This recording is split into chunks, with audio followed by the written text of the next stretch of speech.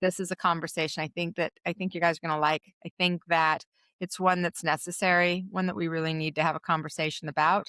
And I'm excited to be able to bring this to you. So here's what I was thinking. If somebody told you that you should be over it by now, and y'all know what I mean by be over it, like be over your grief, be over the loss, be over the sadness, then I hope that you can hear this. Uh, there is not a right amount of time for grief, and there is not a right amount of time to get through something, get over something. And so, whatever comes up for you when I'm talking about grief, and specifically talking about um, the energy of grief, then please just let it come up, and don't try to judge it or try to push it away or anything like that. Just be with it. Because what I really want to talk about today is I want to talk about the fact that I think we've been kind of handed a script, a way that you are supposed to walk through grief. You've probably heard of the 5 stages, right? We move through them in a particular order, and at the end, you get to acceptance, and then you're good, and you should just kind of move on. And in all of my experience and all the years that I've worked with people in a variety of different ways, not once have I found that actually to be true. Not once has that been true. And so it isn't that there's a right way or a wrong way. It's that everybody has their own individual way. And for the people that I have sat with, that I've sat with as a hospice volunteer in their dying, for the people that I have sat with that are the family members of those that are dying, in the thousands of people that I have walked through loss with as a medium, I've not ever seen somebody just go through the steps and then, or the stages, I guess they call it, and then be at the end. And I don't think it works that way. And so today, what I want to talk about is I want to show you the thing that I think most people are not talking enough about in regard to grief. And I want to help you to recognize that this one thing actually changes the way that you walk through grief, and it changes everything about how we carry the energy and the people that we love once they're gone. So if that's something that is interesting to you, if that's something that you want to learn more about, then we're going to get started. All right. So welcome back to Soul Talk. So self-service, that's the way. Welcome to Soul Talk, shine today. Ooh, welcome, friends, to Soul Talk, where soul meets real life. I am Dawn Johnston. I'm so glad that you're here, especially today, because I think this is one of the topics that really touches every single one of us in some way at some time in your life. Grief, and that's not just death, but grief does not skip anyone. So before we dive in, I just want to remind you, if you are watching this live, please drop in the chat where you're joining us from, where you are living in this world right now. And I always love seeing that. I do read all of your comments. I read all of the messages in chat. Not always while I'm doing this, because then I lose track. But if this is your first time here, and if you're watching on YouTube, then please go ahead and hit subscribe and like, because every week we are talking about cool stuff, real stuff, self, soul, service, the intuitive, the practical, and all the stuff in between. If you're watching on Facebook, then please go ahead and like the page that you are joining us from, and keep an eye on some extra fun stuff that will be coming soon. And also, if this is a topic that really you feel connected to and you find great value, then I hope that if you're on YouTube, then that you will share that, spread the word, let everybody know. Okay. I don't know that my YouTube page is working right now, but you may be able to watch the replay on YouTube. And whichever way you're watching, we love to have you. So thanks for joining. All right. So let's get down to it, guys. I want to start with the script that is handed to us. So when I was doing my hospice training, goodness gracious, how long ago was that? 30 plus years ago, I think. When I was doing my hospice training, they really kind of ingrained into us the 5 stages of grief. You've probably heard of the 5 stages of grief, right? So Elizabeth Kubler-Ross wrote the book about the stages of grief, and so she was really the first one that described uh, to in words what dying patients were going through when they were coming to terms with their own death. That's how it got started.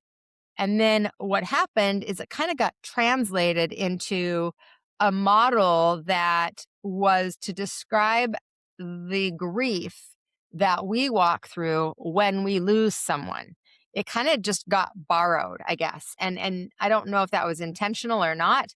But it was like there's this little process, there's this little staircase, and you start down here, and you are in denial, and then you go to anger, and then you go to bargaining, and then you go to depression, and then you get to acceptance. And once you're in acceptance, then you get to the top, and then you are kind of cleared. Well, originally, again, that was meant to describe what dying patients are going through, not necessarily the loved ones who are witnessing the loss and the transition of someone. And I don't think that grief, in my experience, and share with me in your experience, that grief is something that we're just I don't think it's like that. I think it's more like waves, right? It's more like a circle. It comes and it goes, and all of a sudden you're great, and then boom, and you're not, and you're having these emotions, and then maybe things feel pretty settled and calm for a few months, and then you hear a song on the radio and you're in your car, bawling. And that doesn't mean that you're doing anything wrong or that you're not processing your grief. It just means that grief is being grief, kind of like life is life, right? And I think the piece that I want to kind of start planting in your mind and in your heart today, and because I've lived this as both in my own life and I've lived this in the work that I do. So not just someone that has experienced grief in very profound ways throughout my life, but also as a medium who has been on the other side of the veil, who has connected with people, who has had direct connection with people that are on this physical side, and all in between. And so I think one of the things that we know for sure, can you agree with me, is that love does not end when the body ends. Can you agree with me on that? Give me like a yes, amen, absolutely, love never ends, something, something in the comments. So I can see how many of you are like on board with that. So it doesn't end. And, I guess there's a saying now, like, this is the hill I'll die on. That's my hill. That for sure is my hill. The love does not end. It just doesn't. And so if the love doesn't end, what does it do? It changes form, right? So energy cannot be created, cannot be destroyed, but it does change form. And so the goal, I don't think, is to move on or to even find closure. The goal instead is to find a new relationship with the loved one.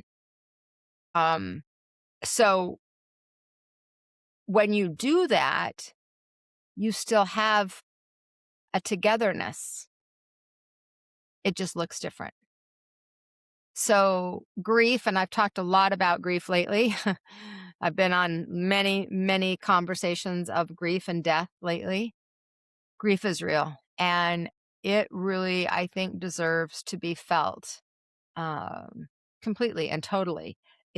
Death is something that none of us are going to avoid. We're all going to experience our own death, but we're also very likely going to experience the death of people around us. But here's the thing that I really want to create awareness around: suffering. Suffering, the part of where we think we have to carry it alone, or we have to carry it this particular way, or we have to do it in a way that doesn't upset other people. Like, whatever that is, that part's optional. And that's what I want you to sit with right now for just a moment. The pain of loss and the suffering that we put on top of it are not the same thing. And only one of them is a thing that actually has to happen. So we are going to go through loss. And it doesn't even have to be death, right? We could be talking about the loss of a job, loss of a relationship. There can be a variety of different losses.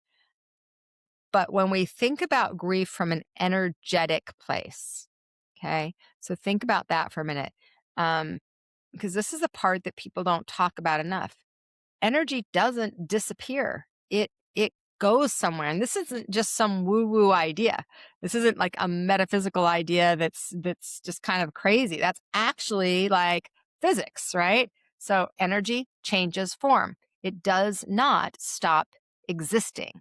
So if there is a soul, and a soul is energy, and that consciousness then does not need a body to exist. It existed before, then it had a body, then it exists again.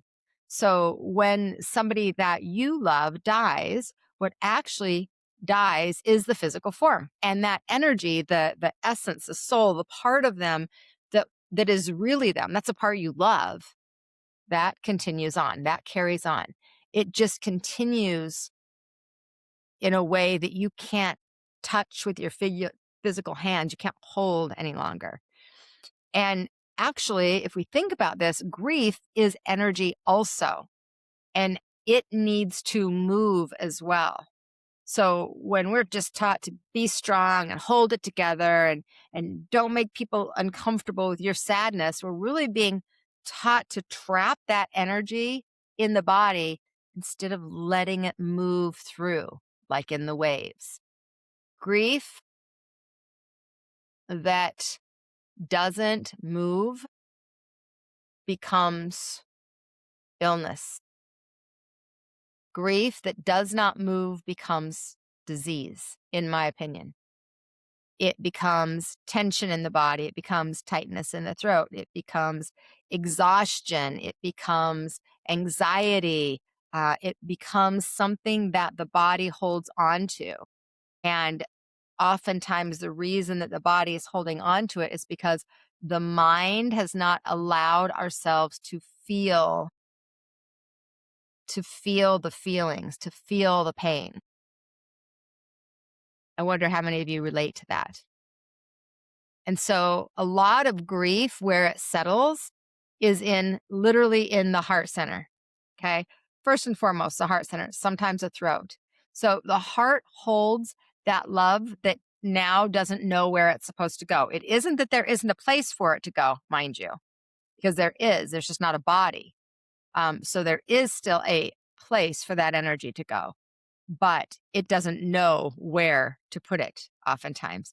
The throat holds the words that either aren't being expressed, never got to be expressed, were never said, um, didn't have the goodbye that you wanted or in the way that you wanted it to happen. So part of that grief energetically is giving both the heart and the throat a place to release instead of asking them to like just hold on tight and stay in that kind of stuck energy. And so I want you to just take that in for a moment and think about that. What we're wanting to do is really just honor the energy of that connection and recognize that you have that connection regardless if there's a physical body or not. It's a love connection. It's a love cord, and it stretches beyond the veil. It will be with you forever. And when you die, then you will be reconnected to that energy in a new form without physical form. So let's check the chat real quick. How many of you can relate to what we're talking about so far? Okay? Just lost my dad a month ago and I'm really struggling. Yes. Yep. Okay, totally relate. Yeah, it never ends. I agree. For sure. The love never ends. Love does not end. I got lots of people, 100%. Yes, yes, yes. Absolutely. Totally agree. Definitely can feel it definitely becomes illness. Absolutely. It does become illness, friends. It does become illness. All right. So, I'm going to just share with you a story that as I was thinking about the topic today that I wanted to share, um, one of the stories that came to my mind was, and I've had a lot of grief in my life. I've had a lot of loss in my life, um, and I wouldn't say, well, I've had a lot of suffering in my life when I was not consciously aware that that's what I was doing. So when I think about my grandmother, so my maternal grandmother um, died a very tragic death. That's what most people on the outside would say. She died a very tragic death. She was, I was really close to her. And I think she kinda knew she knew I was different, I knew she was different, and we didn't feel like either one of us had to be as a particular way or, fit into, the crowd like everybody else did, and so I think both of us were pretty accepting of each other. She was an alcoholic from the time she was very young. Um, she really never had a voice. She never used her voice, never spoke up. She was absolutely a victim of physical, mental, and emotional abuse from my grandfather, um, and had 5 children. And she had a rough road. Uh, and then when she was about 70, she was diagnosed with Alzheimer's. And over the next few years, life became really difficult for her living on her own. And so her daughters worked to create uh, opportunities to be able to help. And so each daughter took her into their home for a little bit and took care of her, and that ended up proving to be really difficult because my grandmother, not only did she have Alzheimer's, but she was also a wanderer. And so if you aren't familiar with that, that's when they just literally have the need to wander, to walk, walk, walk, walk, walk, and it's an obsessiveness, and you really can't control them well. And so, living in homes, of course, there's not a lot of places to walk, and so then they did put her in a really beautiful facility that was assisted living, and wanted to be able to help her in that way. That worked really well when we lived in when my mom lived in Tucson, and so she was in a place there for a while. And then most of the sisters live in Utah, and so they found a brand new kind of state of the art building that would help assist and just make it easier to be able to take care of her and to keep her safe. That was, I think, primarily what what everyone wanted. And so she lived in this place, and they would do activities and things, and she had all the visitors and family that would come and visit and all that, and that worked out really well.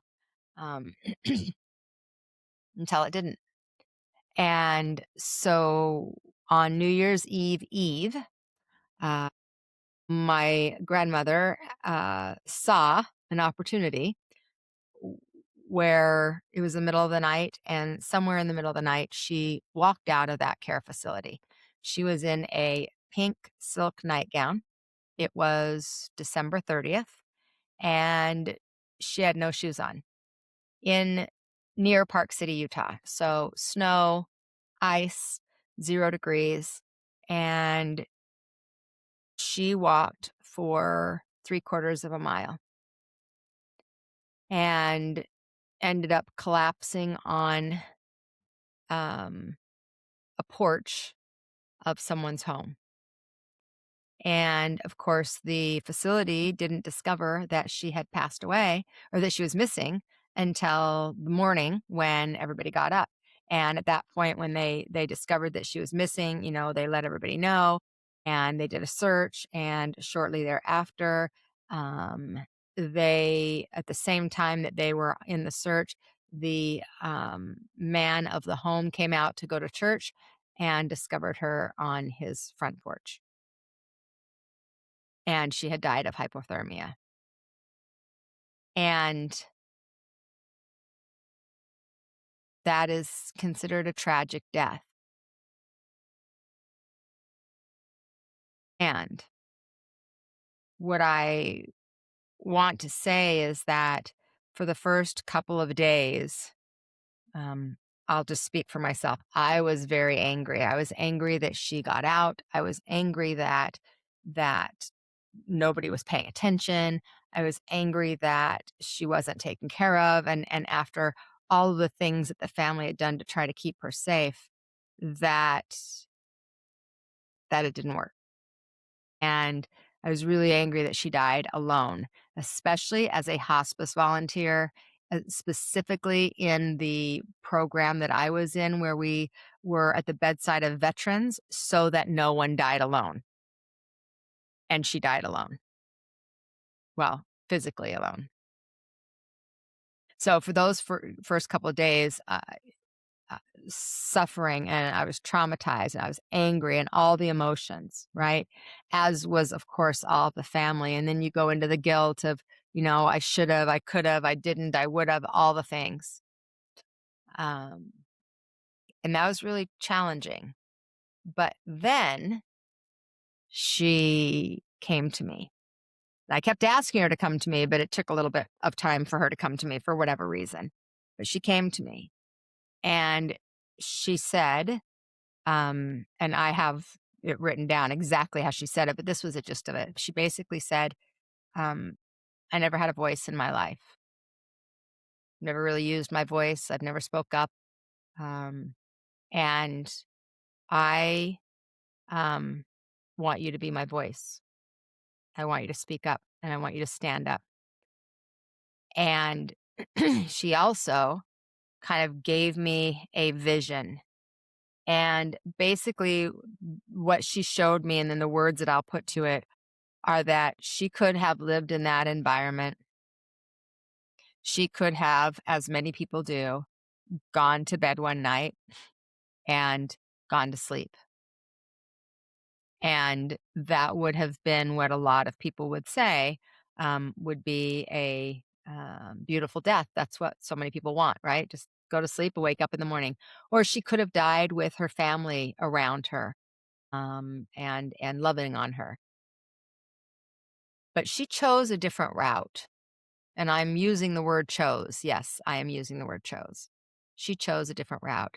And she chose a way that created change, that actually gave her a voice, that actually showed a side of assisted living that people don't want to see, that the numbers are impossible to be able to caretake people in that way, that the rules and the laws are not made to protect the elders, but are made to protect the facilities, the insurance companies, et cetera, et cetera, et cetera. I could go on and on and on.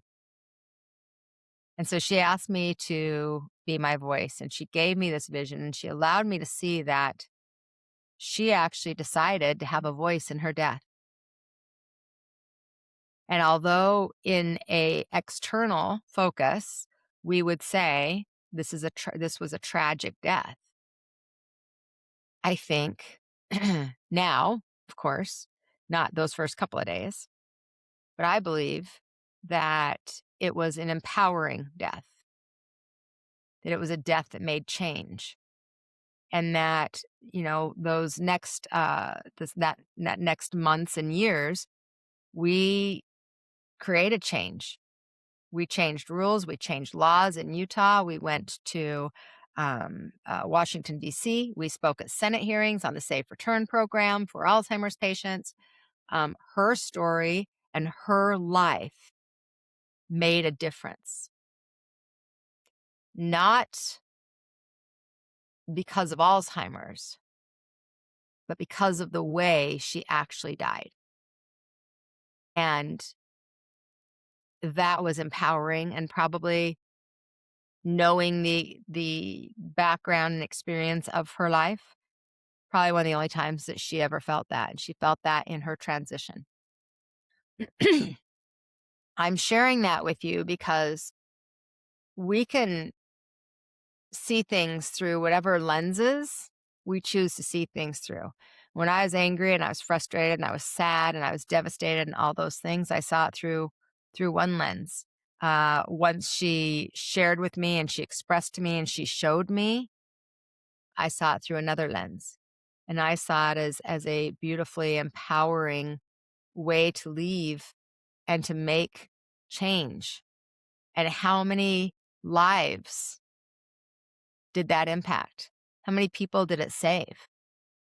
The facility was closed down. Laws were changed. That's pretty empowering. So when we're thinking about loss and death and grief, and sometimes we struggle with the way people leave, I just want you to consider sometimes there are things beyond what we can understand or see that are taking place. And she was able to help me understand that and give me that gift that I think otherwise I wouldn't have either, because you're just being in the humanness of yourself, right? So let's take a quick break, guys. I wanted to talk about a webinar that I have coming up. And this one I think is going to hit real close to home for those of you that this topic makes a big difference. And that is that we are doing a conversation. We're doing a webinar where we're talking about when love doesn't end. So it's a free class. It is on the sacred work of grief. So if you've lost someone you love, you feel like you're supposed to be over it by now, or you're still struggling with it in different ways, then this class is going to be for you. If you know much about my history, you know I've spent 25 plus years walking people through loss, through death, through grief, on both sides of the veil. And as someone who also has grieved deeply myself, I have been in direct communication with loved ones that we say are lost, but they are not lost. I've seen grief from both sides, and what I've learned does not match what I was taught by society. So in this class, we're going to walk through what those traditional stages are, the ones that you already know, and then we are going to help you to understand loss from a different perspective, and one where maybe the goal isn't necessarily to have that closure, but it is to have that new relationship. And so if grief is something that you're working through, if loss is something that you struggle with, if you feel stifled, held back, frozen, stuck in deep depression, then come and join me August 19th, 10 a.m. to 11:30 Pacific time. We are going to dive into this webinar. It's free. It'll be in Zoom. It's hosted by my business School of Light. And all you need to do is register. And if you can't make it live, you can watch the replay, but just get registered so that you can come and join us. I'd love to have you there. All right. So, guys, let's go a little bit deeper into some of the real work behind grief. So, I don't want you just thinking about it. We're going to dive into some of the energy and emotion of it. So I think one of the reasons that grief can hit us like a couple years later is not necessarily because it's tied to a particular date or an anniversary or something like that, but because it's tied to love. And love is something that you experience, you feel, and so it shows up through a smell, through a song that you hear, through a restaurant that you walk in, through a season that might activate the moment that your loved one died. And so any of these types of things open the door again. That's not like you're going backwards or not, it's not a setback. It's just proof of how much of that person's energy was in your life. And that doesn't mean if you don't have this all the time that you didn't love them either. But there's different levels of attachment. And I think that when we think about, like in kind of traditional modern grief work, um, people call it continuing bonds. And it's something that a lot of people aren't really aware of. But the healthiest way through grief isn't to just try to disconnect from the energy of the person that you lost. It's to maintain a relationship with them in their new form. So talking to them, sharing with them, being excited about some of the ordinary moments it's normal, and that doesn't mean you're stuck in it. That just means your soul already knows that they didn't go anywhere. They're just in the other room. You just can't see them. And maybe you can see them sometimes. And so I think this is what I want you to really understand. Because I don't think it serves anyone to act like grief is just like this short thing. It's soft and then you just get through it. I think grief can be super hard. It can be brutal, and it can knock you flat on your back, right? It And especially when you think you've already handled it.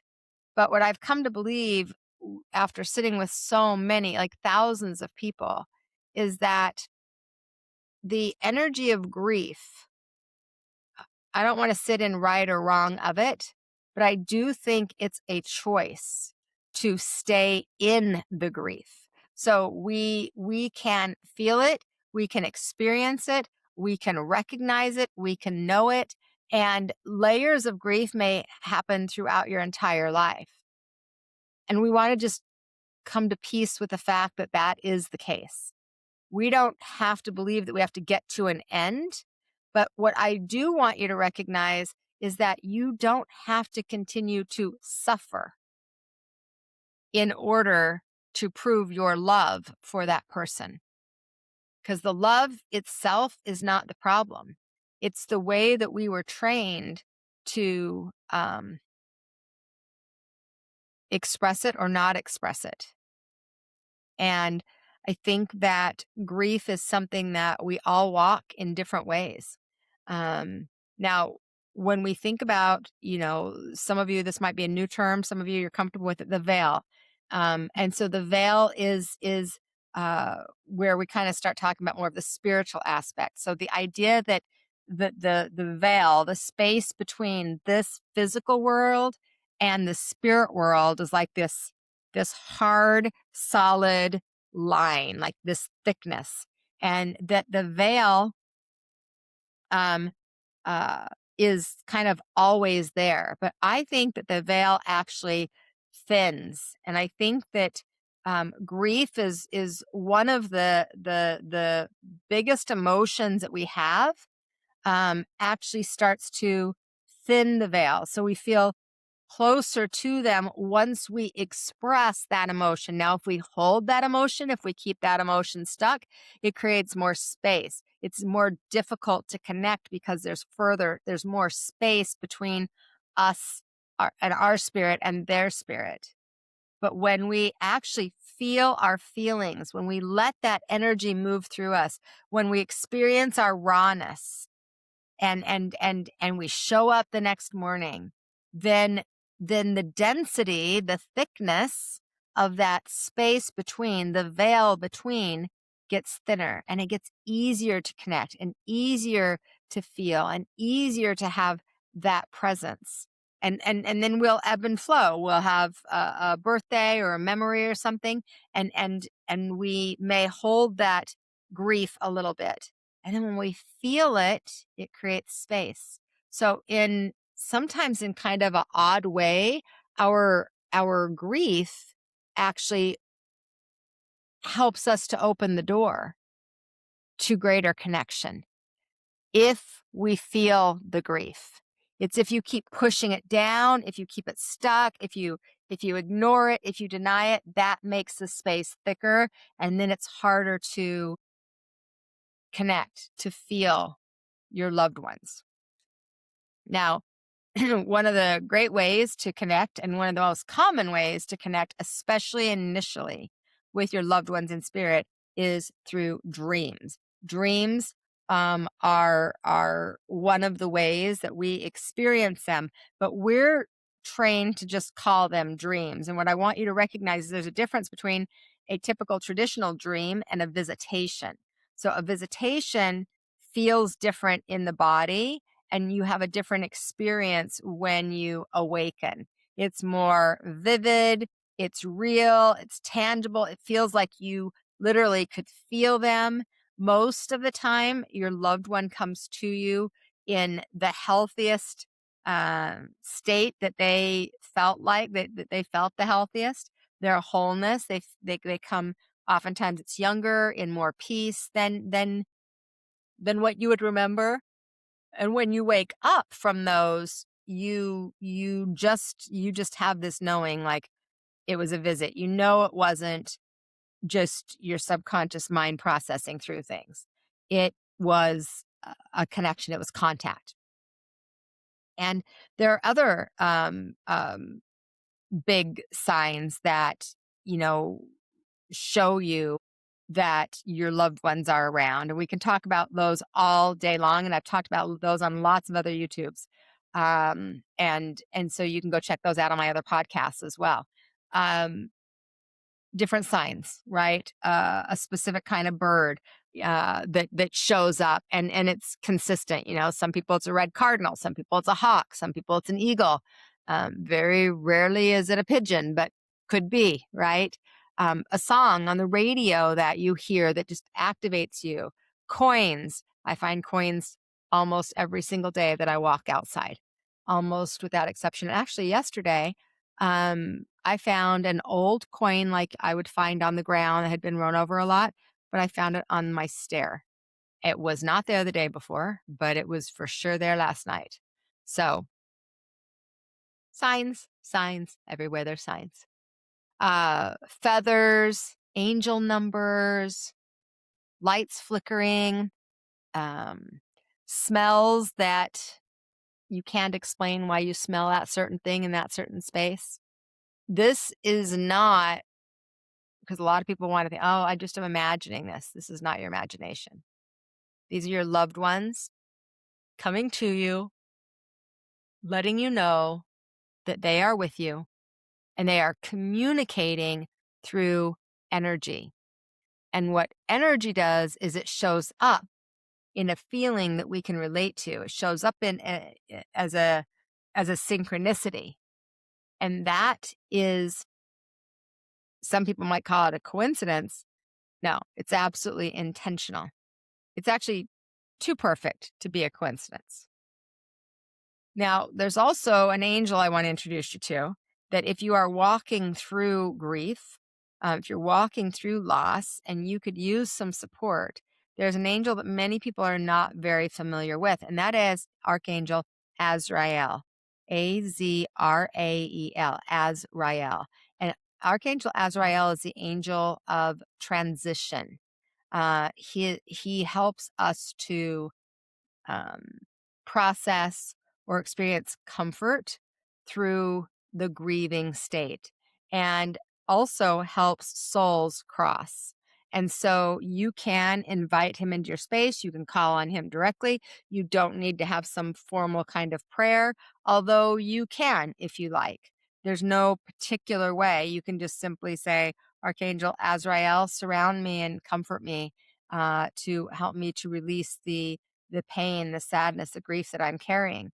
And you can ask him to also help you to feel your loved one's presence and invite that energy in.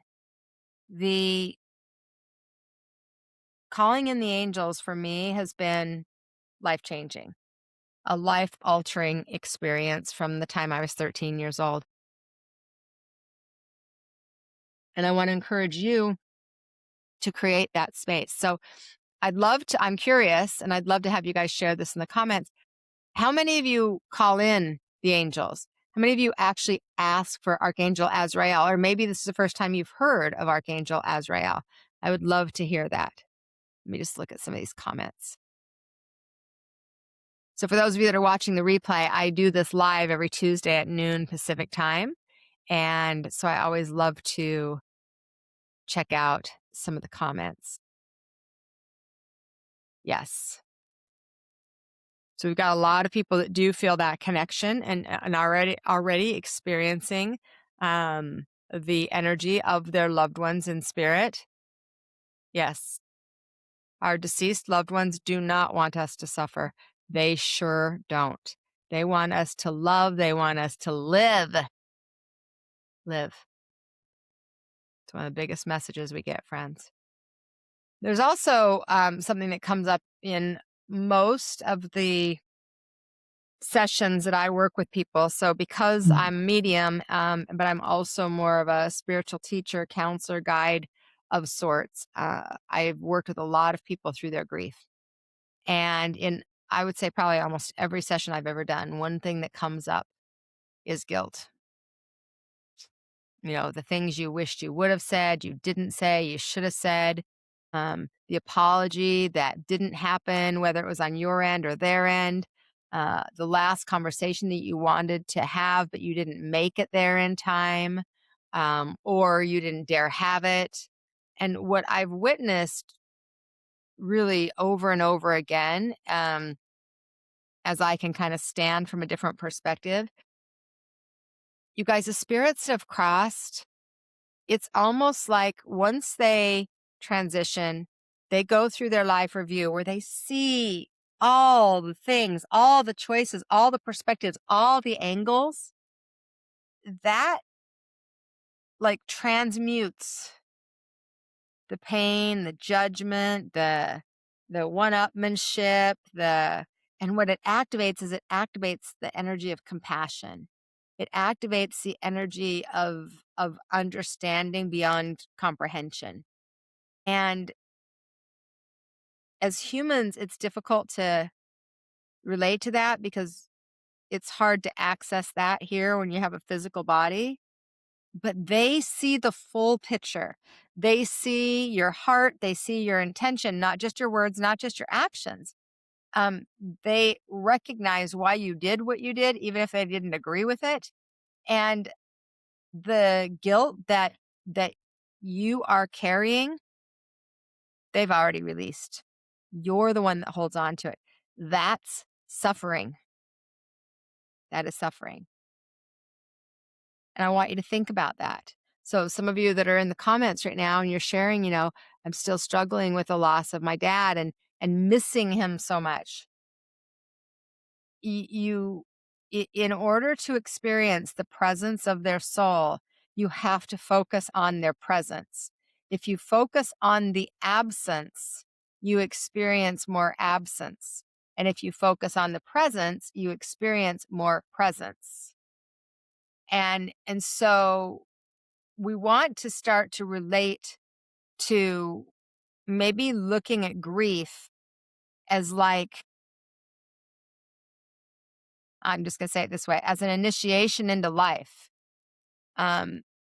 Grief asks you to let go of parts of you and ideas that don't serve you anymore.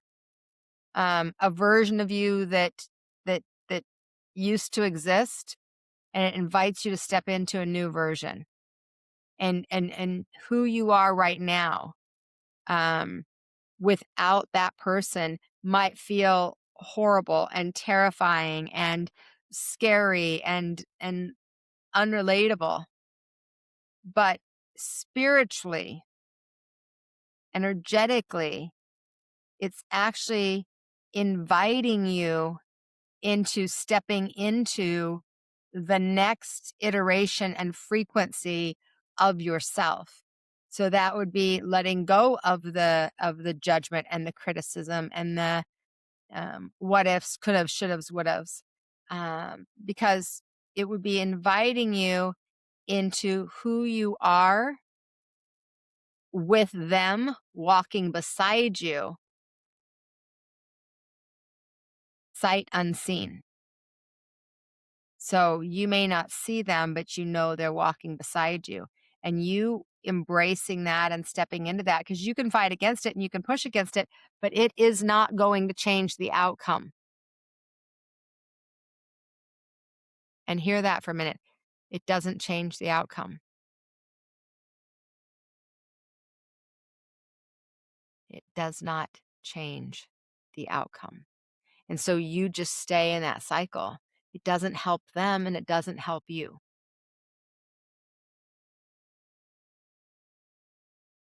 And I know that's hard. I know that's hard. So, okay. Now, guys, I want to just remind you of a couple of tools that you can use. The first one is talk to them. Just talk, not in your head, talk out loud. Just bring frequency, bring vibration to it. You can talk in the car, talk in the shower, talk in the tub, or throughout your entire house. If that doesn't matter, but talk to them. When you have the waves of grief come up, let them move through you. Don't try to push them down. Don't try to ignore them or justify them or analyze them or fix them. Just let them move through you so that you don't hold them in your body for them to become disease. The next one is to just help you to hold your own energy. I would encourage you to call on Archangel Michael. Ask him to help you to hold your energy and your frequency so you don't absorb the energy of other people. Writing a letter, writing a release, especially if you're carrying some pain or shame or guilt. If you have little kids that are being affected by grief, we would create letters to heaven boxes. And I would have the kids write letters to their loved one in spirit. And they would, whenever they wanted, they could always go and write a letter and they could read it out loud and then they could put it in a special box. So they had those letters. And those, some of those kids are now 30 years old and have those letters from all the different times in their life when they were reaching out to connect with their loved one. It's actually a really beautiful, beautiful gift. And just open yourself up to receive their presence. You cannot focus on their absence and experience their presence. All right. So I want to remind you to make sure you take that opportunity. All right, friends, before I move on to our heart to heart segment, which is one of my favorite segments where I'm going to answer your questions, you can start throwing your questions in the chat now. I want to remind you of our soul shop. We have a soul shop that is full of tools that can help support you in the grief process, in your inner work, journals and oracle decks and candles and different types of pieces that can help you to develop your intuition, and books that can help you on this journey of grief if you are walking that. If you haven't read my book, The Love Never Ends, it is specifically geared to this topic. And I also have a download meditation that is affirmations of grief that's really powerful. So if you are interested, go to Soul, SOL, shop, SHOPPE, soulshop.biz. And you can use the code podcast to save 20% on any of those products. So Soul Shop, SOLSHOPPE.biz, and podcast for 20% off all the things you might want there. All right, friends. So now it's time for our heart to heart segment of the show. This is where the questions are going to come straight from you about anything that you want to ask about. So I am going to bring on the energy of our heart to heart, and then we're going to dive in. So start throwing your questions in the chat if you have them. And I do have a couple that have been sent in to me in advance, and then I'll come to yours live. So. Heart to heart with Sonny, where your voice is heard. Songs are conversations, live in every word. Bring your questions, bring your truth. We're here to explore. Heart to heart with Sonny, open up the door. Heart to heart with Sunny. Here we are, guys. So you can go ahead and throw your questions in right here in the chat. I'm going to go and answer the couple questions that I've had in advance, and then I will come to your questions as well. And I don't read these in advance. Last week, I thought I should probably read these in advance, but I actually prefer being able to just kind of off the cuff share what initially comes to me.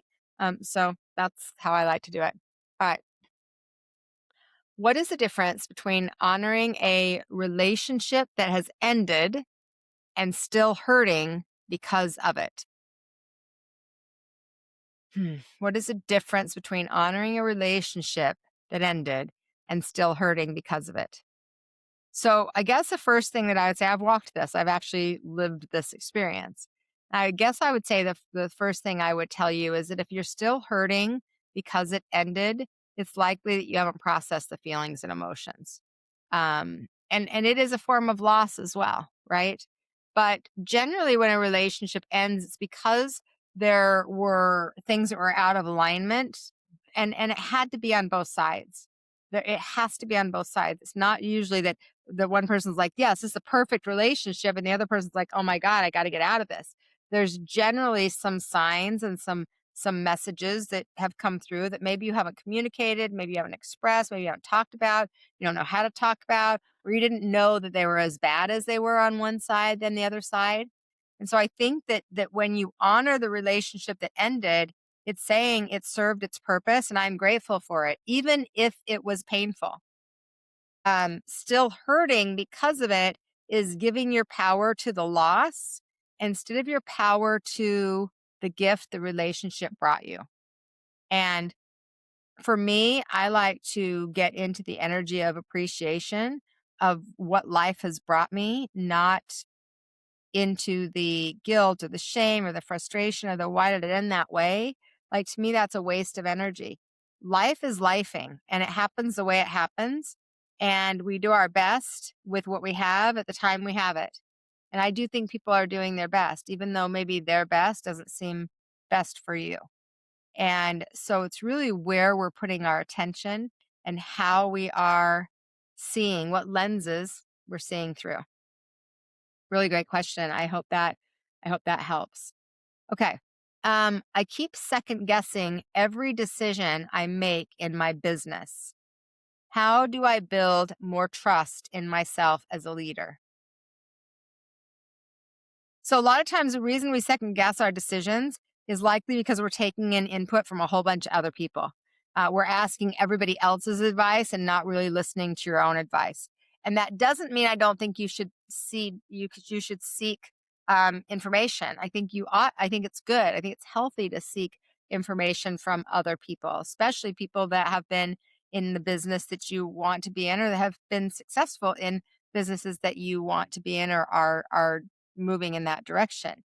However, what I would say is that if you want to build more trust in yourself as a leader, then number one, you have to be brave. You have to be brave.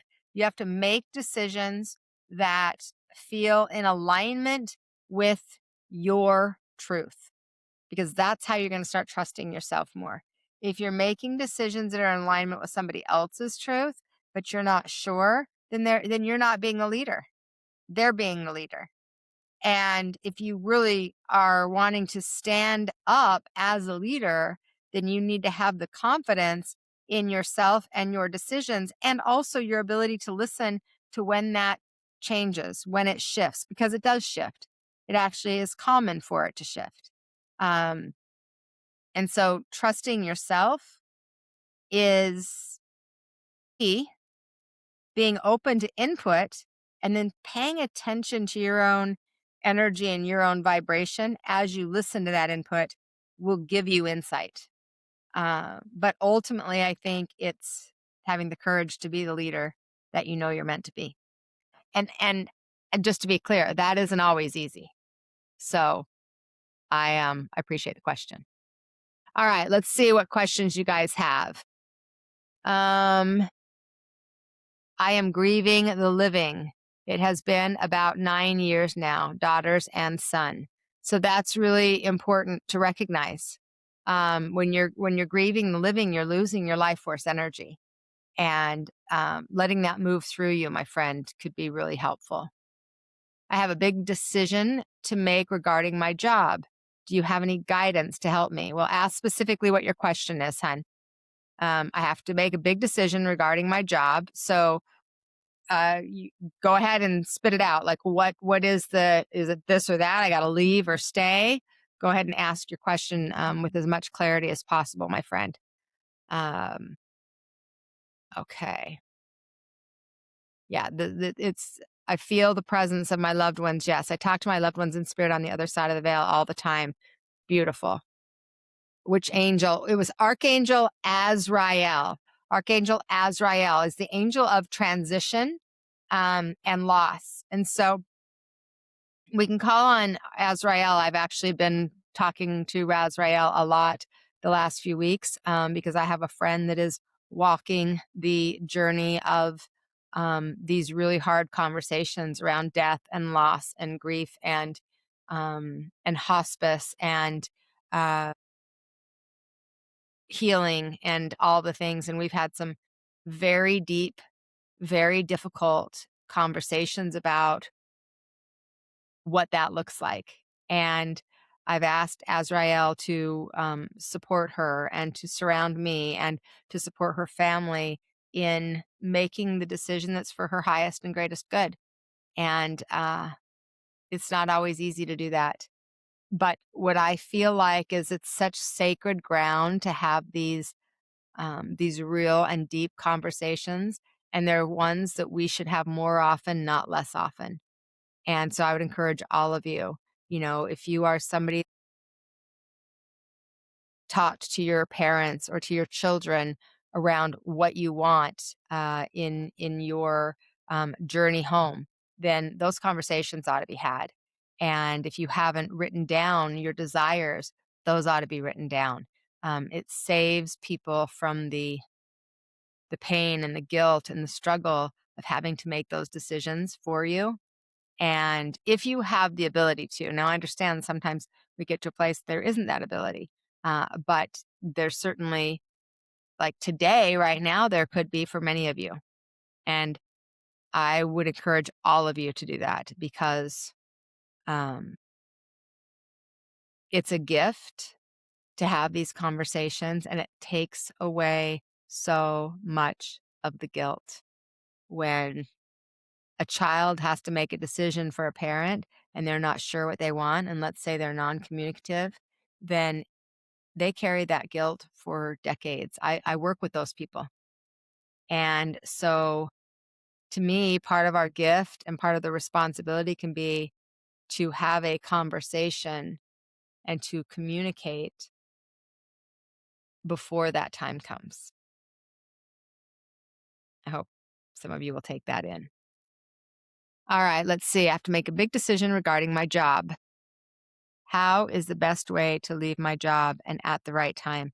What I would say is that as far as timing, it's it's not something you can plan in advance for timing if you're really honoring intuitive timing. And this is difficult because if we're honoring intuitive timing, then we have to go with the energy of the flow and not be too far in the future. And when we get too far in the future, then we are living in the future. We're not living in the present, and you couldn't receive the message in the first place.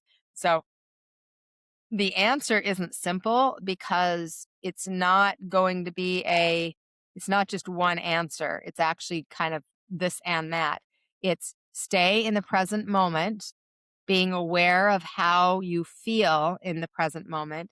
And when you get a guidance, when you get a sign, when you get a um, intuition, a nudge, a message, if you're in present moment, you will catch that and you will know it's the right time. But if you are thinking in the future and you keep jumping out to the future and you're future tripping, you're going to miss the sign.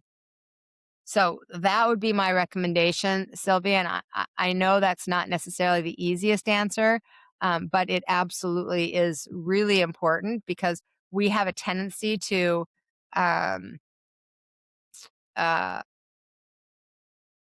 we have a tendency to miss the signs because of that, because of being too far ahead. And so pull yourself in, get yourself grounded, recognize that I know, and I can trust when that is. And then when it is, take inspired action at that moment, not future thinking, future tripping. And I understand you still have to think about your future. I want you to think about your future, but I don't want you to live there. I want you to live here because this is where life is happening in present moment, right here, right now, every single day. All right. I hope that helps, girl. Okay. So friends, I love these conversations. I know that grief is a hard conversation to have. If you recognize and you know somebody that could receive value from this conversation, that's walking through a grief journey or is stuck in their grief, or is anticipating grief, I would love for you to share this episode with them and know that underneath grief, the only time grief is experienced is because there was love. And so I guess I'll just leave you with the idea that people you love don't stop loving you simply because they dropped a body, just because they crossed over, transition, died. Um, that love doesn't end at death. It is literally just changing form, and it will continue to find its way back to you in those ordinary, quiet moments, in the places that you could almost miss it because it's so subtle, and you're never alone. You never have been. So keep talking to them, keep noticing the signs, keep your heart open, um, keep your heart open enough to receive those signs and to receive those messages. Okay. If you are somebody who is struggling, this is a book that I wrote, The Love Never Ends. And you can get it on Amazon, my website, wherever. But this is a book that can help you with that process if you are struggling. And I guess lastly, I just want to always remind you that when we allow our divinity to guide our humanity, love becomes the thing that we express, we live, we learn every single day. So I love you, my friends. I wish you a beautiful, beautiful rest of your day. And I look forward to seeing you next week right here on Soltalk. So self-service, that's the way. Welcome to Soul Talk, shine today.